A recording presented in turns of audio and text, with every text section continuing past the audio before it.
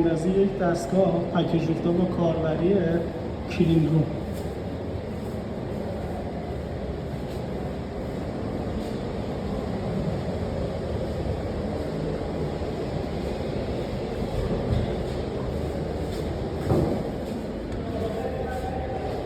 آقا مهدی